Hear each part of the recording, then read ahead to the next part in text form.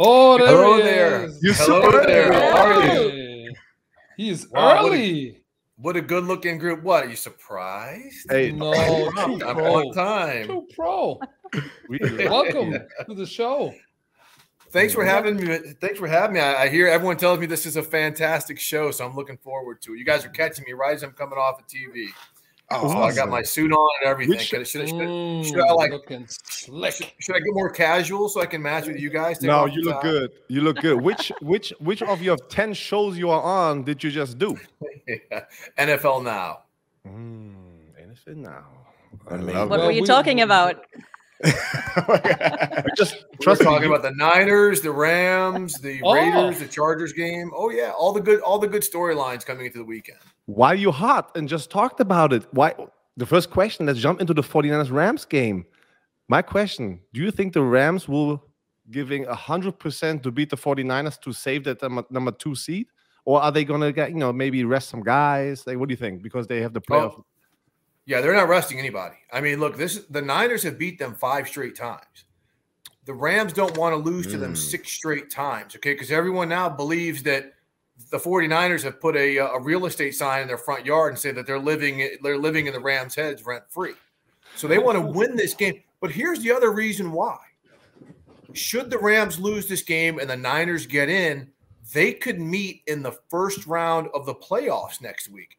So they don't necessarily want that, knowing the history between these two teams. They want to get the 49ers out of the way, right? They don't want anything to do with them, and they'd much rather possibly play a team like the Saints on the bottom end of the bracket as opposed to a team with the 49ers that knows them so well. Damn, that's an expert right here. Yeah, that's exactly what we need on the show. He got all the facts. Holy smokes! Hey man, I love it. All right, but so who you think is going to win though? Sorry, sorry, Patrick. Who you think is going to win? No, go ahead. Go ahead. Yeah. Are we making predictions now, or are we going to get a little deeper into this? We got to set up the intrigue. Yeah, see, I'm hot. I'm trying to see Björn. He's a fast shooter. He just goes nuts. He drinks too much Red Bull, and then he goes off the chain. But I think it's important for the German fans because we got, I don't know what, plus 12,000 fans right now live watching us. So I think it's important that they find out who is Steve Wyche. I know you can read up. I follow you, obviously.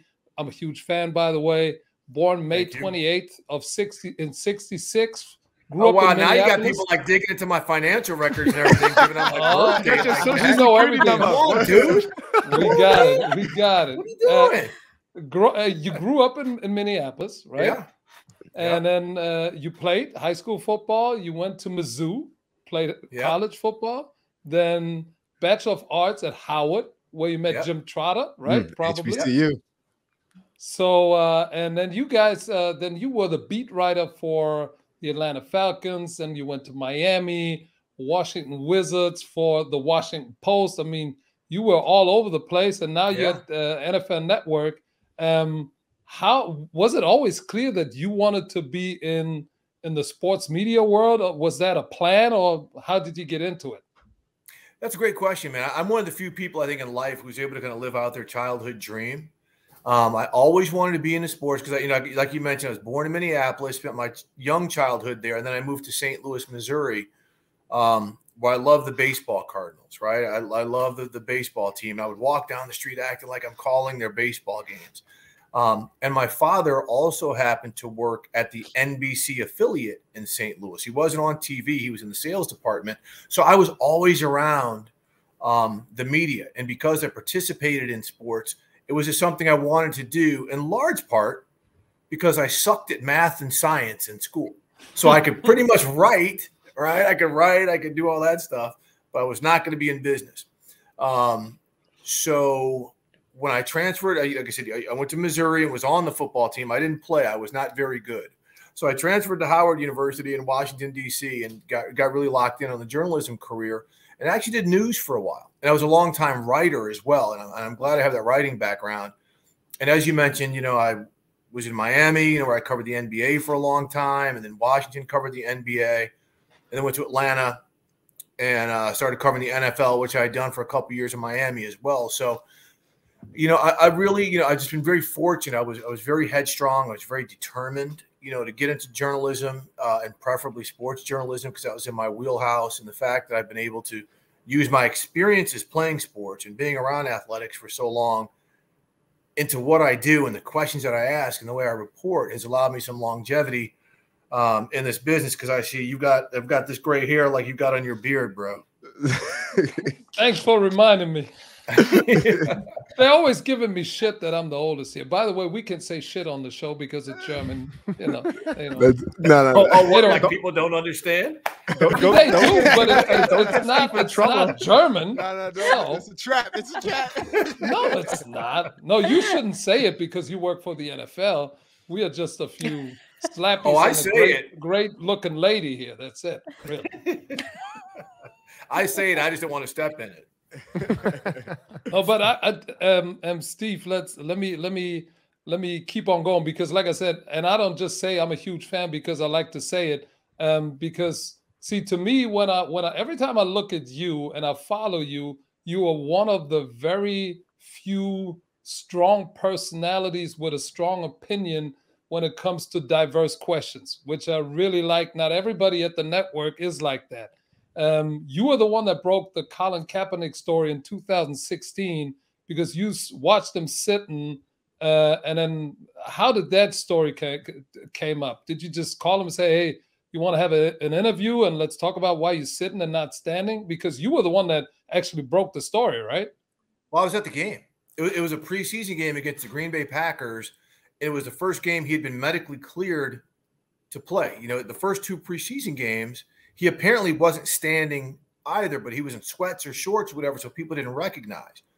So it was a game where he'd been medically cleared to play. Chip Kelly had just been hired as a Niners coach, and they said, look, the system Chip Kelly runs is going to allow Kaepernick to resurrect his career, plays to Cap's strengths.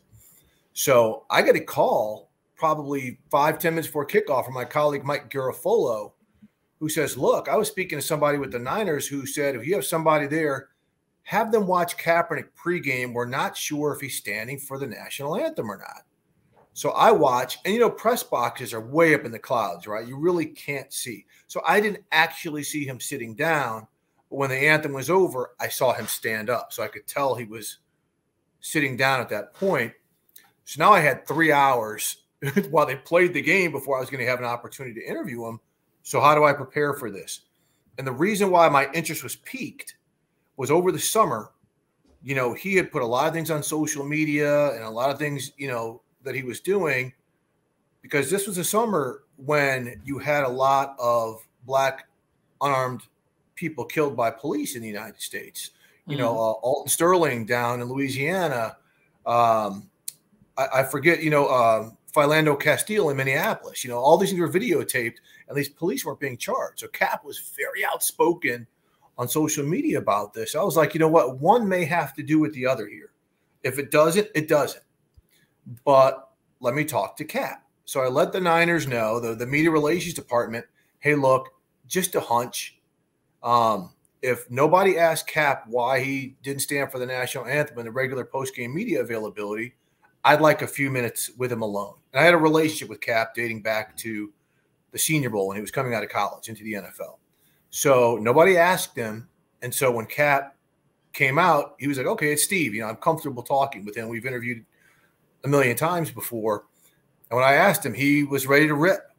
You know, that's when he came out with the quote saying, look, I had to do something. I'm not standing for a flag that represents, you know, the police killings of unarmed people of color in the United States, you know, and you know, a country that salutes and has these police doing the shooting, getting paid leave while there's dead bodies in the street. And of course, everything kind of turned out the way it did. But that's kind of the genesis of how all that came about. Now, did you actually anticipated this being a big thing? Because it turned into a global movement. I mean, even we on this side of the planet, there's been movies and documentaries about Colin Kaepernick, even in German, and it even got some Bundesliga soccer teams, to go down to a knee, take a knee during in the beginning of the game. So this became into a global movement. Did you expect anything of that when you interviewed him the first time, or were you actually thinking, well, this is just going to be a little side story? Oh, no, I'm not naive. Look, when you grow up in the United States, anytime you speak out against the flag or, especially a celebrity, right? Colin Kaepernick was a starting quarterback in the NFL. He's one of 32, right? No one had ever done this with that stage. Remember, there was a basketball player named Mahmoud Abdul-Rauf, formerly Chris Jackson, who played for the Denver Nuggets, who did this in 1998. It wasn't that he didn't stand up, but he didn't recognize, some reporters saw that he repeatedly did not recognize the flag when it was being raised for the national anthem. He said why, very much for the same reasons as Kaepernick, but the NFL had a policy in place saying you have to recognize the flag. So he got suspended, and then there was blowback. And so the NBA lifted the suspension and they worked through that. The NFL did not have a firm anthem policy, so to speak. Mm-hmm. So, but I knew it was going to be a huge story. I mean, after the recorder went off, Cap and I talked for 5 or 10 minutes, and I was like, this is going to be very huge. This is going to be a big deal, because in this country, if you do anything some people perceive as trampling on the symbol of the United States, there will be blowback. He said, I know it's coming. I don't think he knew it was going to be as huge as it was, as global as it was, and have the legs that it did for as long as it has. But he knew that, it could cost him his job and it could cost him endorsements. He absolutely was aware of that. Well, see, I don't want to, drop questions all the time, and you other guys don't get to ask questions. It's kind of a goosebump moment when you're explaining the situation, because he was literally waiting for you to do this interview. That's what it seems like. He was waiting for somebody. I think he was waiting for somebody to ask. I don't know if necessarily it was me, but because I'm saying, like, he was waiting for somebody to recognize what he's doing, and you were the one at this game recognizing it, and this is how the story came. It's crazy hearing it live. We heard our stories right over the media, everything, but hearing it from you right now is kind of like a throwback when I was still over in the NFL. Kasim was playing, Kasim down here, me, we were playing during this time, and it's crazy, like the year before you played against Kaepernick, everything was fine, and then all of a sudden, like Patrick just said, started a movement, and yeah, it's crazy. It was a couple of things about it was, Colin is an incredibly quiet guy. I don't know if you even saw the Netflix special. He's kind of this guy with this voice that sounds like a teenager. He was never outspoken. He was never the guy. Sure, he did all this, when he scored the touchdowns and whatnot, but he wasn't somebody out there looking for attention, which is why he said, I'm not asking anybody to do this. This is my personal statement. So a lot of people were like, why him? Like, when did this dude get a voice? Right. But at the same time, remember, 2016 was when Donald Trump was going against Hillary Clinton. So the United States was starting to fracture, on political sides, right? So it was this incredible climate of polarization. So when he did it, seriously, you had black people saying, well, Colin's never stood up for the cause. He's never been down. And then you had white people like, how dare he, And so there was just all of these different elements, because no one had done it before since the 1968 Olympics, when John Carlos and Tommy Smith in Mexico City raised a black glove fist.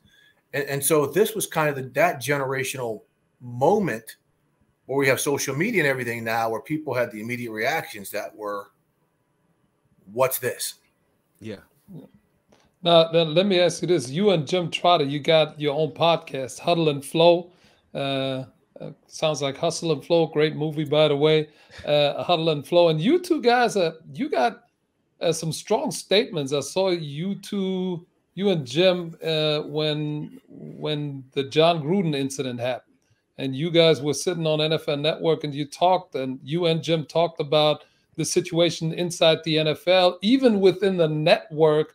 Who are the people in position of power? And I was watching this, and I thought to myself, wow, that's pretty bold and strong-minded to speak out on the network about people that sitting literally upstairs that are getting criticized. Now, did you feel any backlash? Did you receive anything, or is how's the situation inside the NFL? Because it felt like there's a lot of tension, not only in the NFL but also within the network.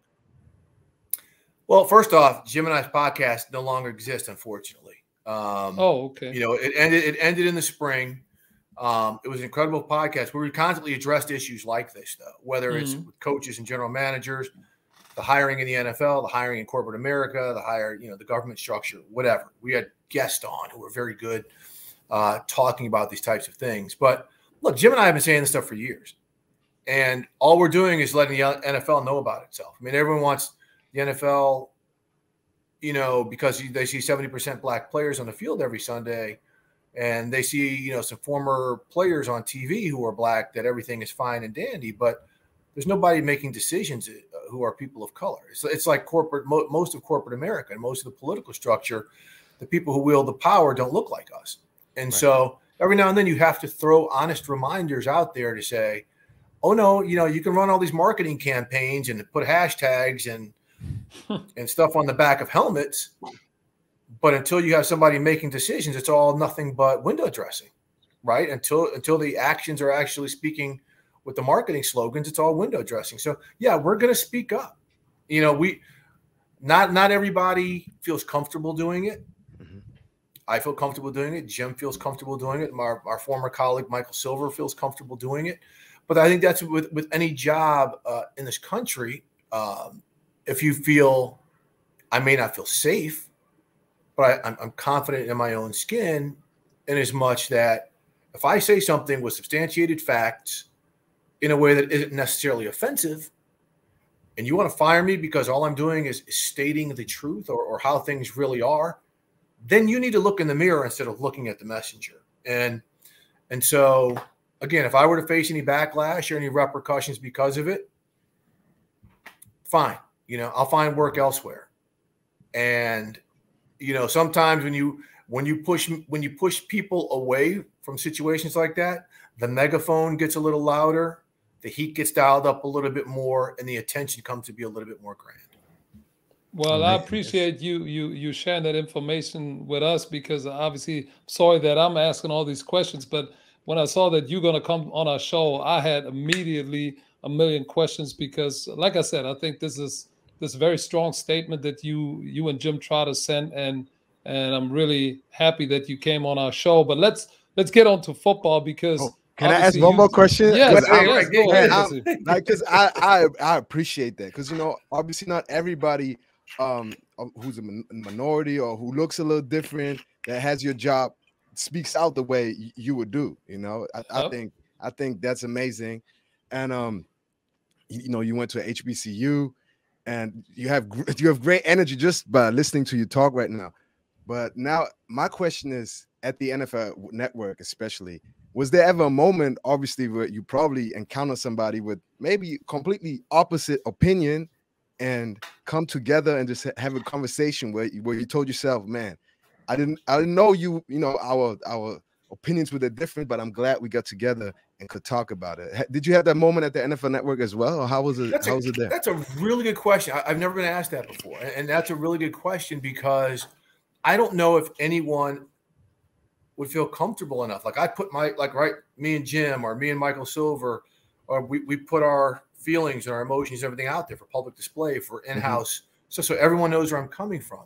And I've never had a colleague, I don't know if they didn't feel comfortable enough, or maybe because they didn't want to feel isolated, come up to me and say, let's actually have that conversation from hey, I have this political viewpoint, and I have my viewpoint on this. I've had plenty of other people have that conversation. And where I grew up, I was one of the few people of color in my town outside of St. Louis, Missouri. I was it. And some of the things that I had to go through, and some of the conversations I had to have, and I had to learn to swallow my pride, just kind of, okay, I'm in a situation where I'm it, and I see some people having a little liquor and forming like a little half circle around me. Let me slide out of here right now, just because of how I looked, right? And fortunately, I was big. Fortunately, I was an athlete.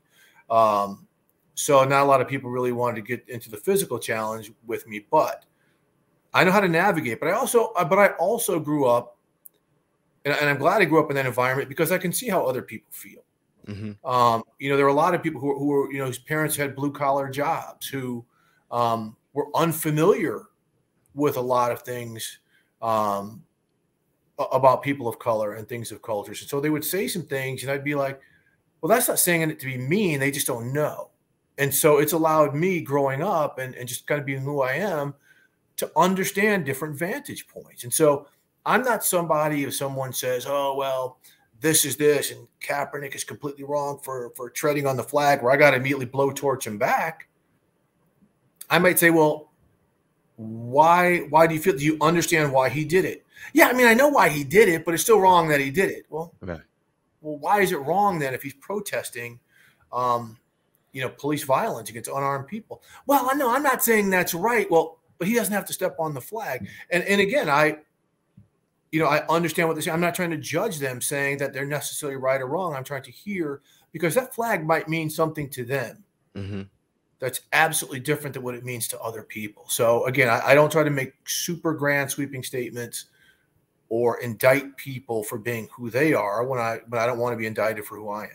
God, it's crazy. Like, you remind me how this whole story, like, correct me if I'm wrong, but a veteran reached out to Colin Kaepernick and asked him why he's doing that.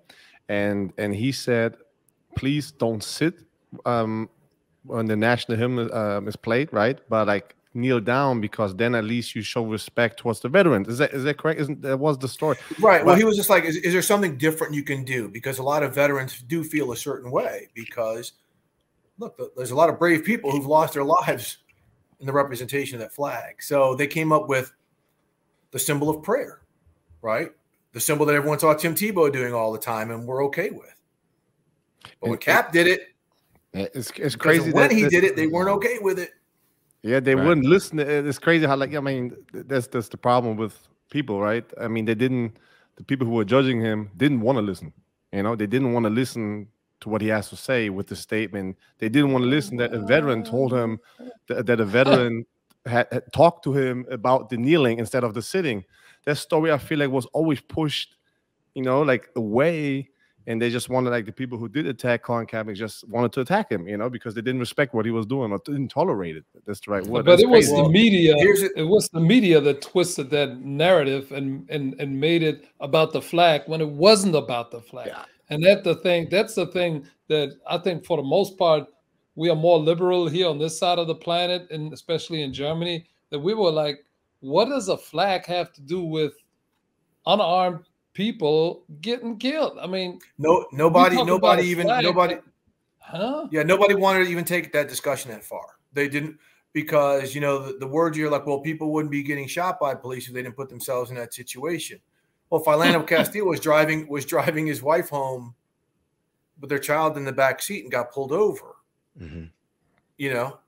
And so, look, it was a written story when I did the Colin Kaepernick thing. And if you go back and you look at the first paragraph of that story, it was important to me to explain why. In the second sentence, it explains why. You didn't have to read any more of what was said. But people didn't look at the why, they looked at the what. They looked at the action instead of the reason. And that's a big problem that a lot of people still can't get by. And it's not just this issue. It's a lot of things in life. People do not want to listen to the reason why somebody feels a certain way, and that's a barrier no matter where you live, no matter what, that's always tough for some people to get through, because we tend to cast people in judgment rather than, cast open the door to a differing opinion. Mm-hmm. Yeah, absolutely. But Steve, let's get to football, because I appreciate you hanging around that long, and you got to let us know when you have to get back to the next show, because I know we all know you got tons of them. But you do one show that I really I'm almost jealous. Björn and I, we on TV every weekend. We do college football and the NFL for the biggest private TV station here. But you get to do the enshrinement ceremony for the NFL Network into the Pro Football Hall of Fame. Pro Football Hall of Fame. Yeah. Wow. How is that to see these all-time greats actually, in tears when they finally get the golden jacket? That's got to be amazing. It's my favorite time of the NFL calendar. You see all these footballs on my top shelf right there. They're like all of the Hall of Fame football. Well, not all of them, but these are all from the Pro Football Hall of Fame. Got several more from all the years I've been doing it, but I mean, look, I'm someone, now that I'm in my 50s, I've come through all these generations of You look like 30. pro football. Well, You never tells me that. No. Thank you. Thank you. But it's, look, so I grew up in Minnesota loving the Vikings. They went to the 4 Super Bowls. They lost all of them. But I mean, Fran Tarkenton and Carl Eller and Alan Page, like all these guys were my, people I loved. And I'd see all these other people through the years up until today. So now when I get to sit down with these guys, know that they're going to the Pro Football Hall of Fame, and I'm sitting down in a room talking to Randy Moss, Brian Urlacher, and Ray Lewis, and Brian Dawkins, right? I'm like, whoa, okay, this is great. These are all kind of modern era guys. And then the next thing you know, I'm talking to a Claude Humphrey or a Kevin Green, and these, like, wow, and all of the different journeys and all the different ways that they got there. And you realize that of the tens of thousands of people that have played and coached or contributed to this game, 350 of them are in the Pro Football Hall of Fame.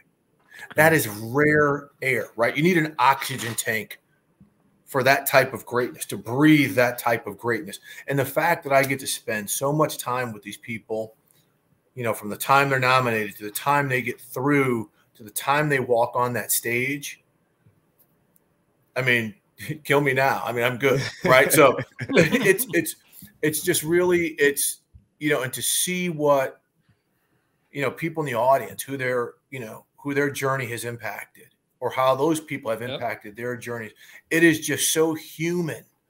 It is, you see all these guys in their gladiator gear, but when you see Troy Polamalu let out his locks and talk about his Samoan ancestry and how he comes from a culture of warriors and fishermen, and how everyone in Polynesia is like, yes, that's us. And he is representing us. Or you hear LaDainian Tomlinson talking about, he came in the summer of all of these murders, and the need for unity, and some of these great speeches, even the late John Madden, who just passed, talking about the bust, talking to one another when the lights go out. I mean, there's no greater exclamation point on a career and to actually kick off a season like the Pro Football Hall of Fame. I mean, I feel like the fans, like they understand the Hall of Fame system, but we don't have something like that, I think, in the soccer world as just like that. I mean, if an NFL player makes it to the Hall of Fame, I mean, you made it. I mean, you're going to wear that jacket. I mean, you get the trophy, like your head, I mean, in the Hall of Fame. And this crazy, just like, get it started, man. Start one over there in Germany. Hopefully he's one nominated. German. Björn is nominated for the German Hall of Fame. What are you talking about? Yes, he is. But like, it would never. There's no subcategory. It's just a nationalistic. He's just talking. He's just talking. Trust me, the NFL Hall of Fame. I mean, we always try to explain how hard it is as a high school football player to make it to a Division I college, right, on a scholarship. Then from a Division I college to make it to the NFL. Then in the NFL to be more than just 3 years average. By then being an be a Pro Bowler, All Pro, but then a Hall of Famer. Like you playing on that level for 10+ years. It is, I mean, it's crazy. And I played with Reggie Wayne and Robert Mathis and Adam Vinatieri. I mean, how long they played on this high level, it is crazy to me. Even though I saw it, I seen how much they sacrificed. I mean, it's crazy. I mean, that's the you see that. I mean, when you watch these speeches, I'll be honest, I get very emotional every time, because as a little kid, even here in Germany, like Kasim and I, when we played and went over, that was always the dream, right, Kasim? I mean, when you play football, your dream is to play in the Super Bowl and become a Hall of Famer. It means that if that is not your dream, you're playing it for the wrong reason, And so every time I see that, I was like, holy shit, they made it. I mean, that's crazy. That's awesome. Well, I get emotional right now talking about it. Don't cry. Don't cry. Now, Steve, before we got to let you go, and really, again, thank you for thank you for being around so long. You got to let us know if you got to get out of here. But obviously, we got to. You guys are great. This is awesome, man. We got to ask you about our home country, Germany. The NFL announced that there are 4 teams that have the marketing rights to Germany: the Panthers, the Chiefs, the Bucks, and the who am I missing? Panthers. The Patriots. Patriots. I said the Panthers in the beginning. That's right. Those 4 teams. So there's going to be a game actually played on German soil It's about time. I heard this year. Now, what do you? I mean, do you at the network? Do you hear anything about Germany? Are you coming over? Yeah, are you coming over? Yeah, that's all I care about. I'm just like, I'm down. We show you a good time. Let me go do it. You know, come over. We show you a good time. Bring me over. Let's do it. I mean, yeah, you know, my son's been to Munich and he's talking about how great Munich was. You know, and so Oktoberfest. I don't think he was there then, but let's hope not. You know, look, but I mean, so right now it's funny, you know, how you kind of mentioned the NFL calendar, and you know, we're talking about the Hall of Fame, but right now we are like so.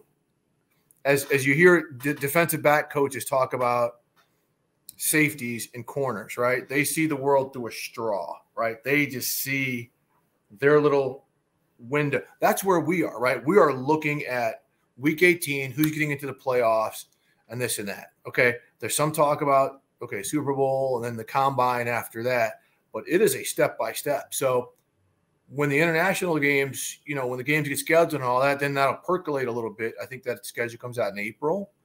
So that'll percolate a little bit like, okay, great.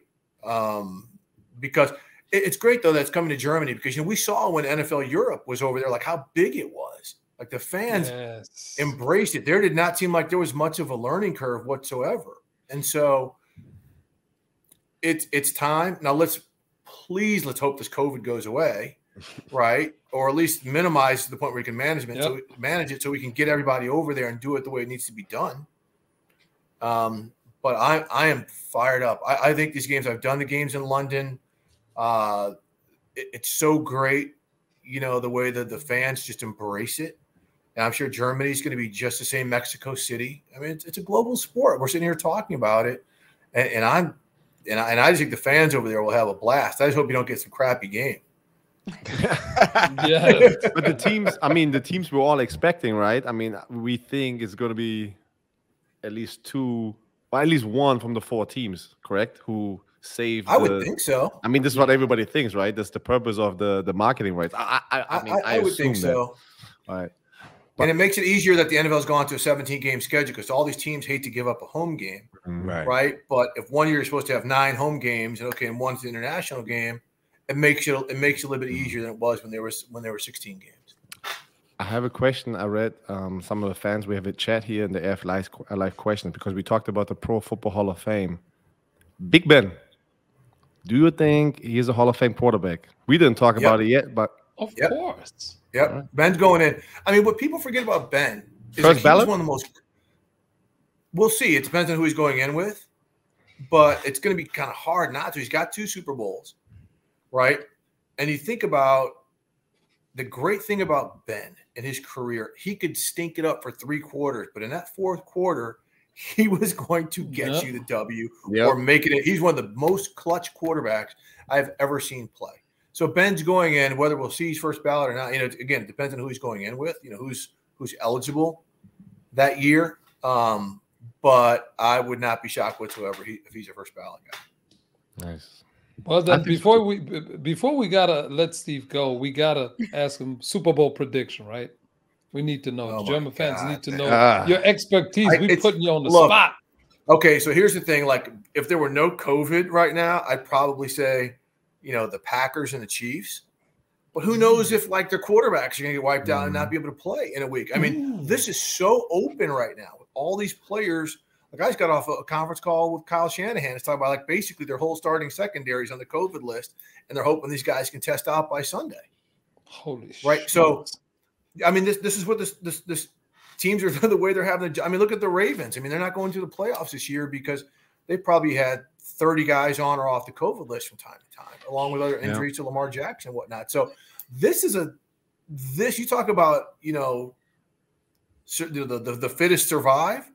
This is the greatest example ever. Usually it's, you know, who has a bad ankle or the bad knee. This is who can stay off the COVID list. Mm. Yeah. So right now, normally I would, like I said, I would say the Packers and the Chiefs right now, but it's all bets are off, man. All bets are off. Okay, and the Titans would be fun if King Henry comes back now.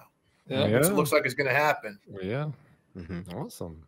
Appreciate that, Steve, for your time. That was a very good talk, especially just listening to you. You have a very calm voice, a very right. I mean, I enjoyed I it. have to say one more time, because especially somebody like me, okay, like I grew up in Germany. Especially somebody like you. What does that mean? I'm trying to tell you. When my dad is African American, my mom is half Middle Eastern, half German, you know, and seeing somebody like you, obviously you got to be one of the best to do what you do, but it's the stuff on top of it, you know, you do wholeheartedly. Like, that's inspiring. We can be grateful somebody like you is in the position you got, and I appreciate that. Absolutely. So thanks for coming on. Well, thank you, man. Thank you. It's all. Look, the secret is just to basically treat everybody well. Yes. Treat everybody well. It makes our journey through life a little bit more palatable. Absolutely. Well, Steve, we appreciate you being here. Obviously, if you would come to Germany, we're going to take care of you. You're going to be our guest anytime over here in Germany. And of course, on this show start again. Start lobbying for me now, because I really want to come. I really want to be there for that. We will, but they're not going to listen to us. We're just the Germans. But if we can, you know, put a little bet in, we want Steve Wyche. Thank you so much for being here. And yeah, hope to see you soon. Thank you. Thank you guys so much. Take care.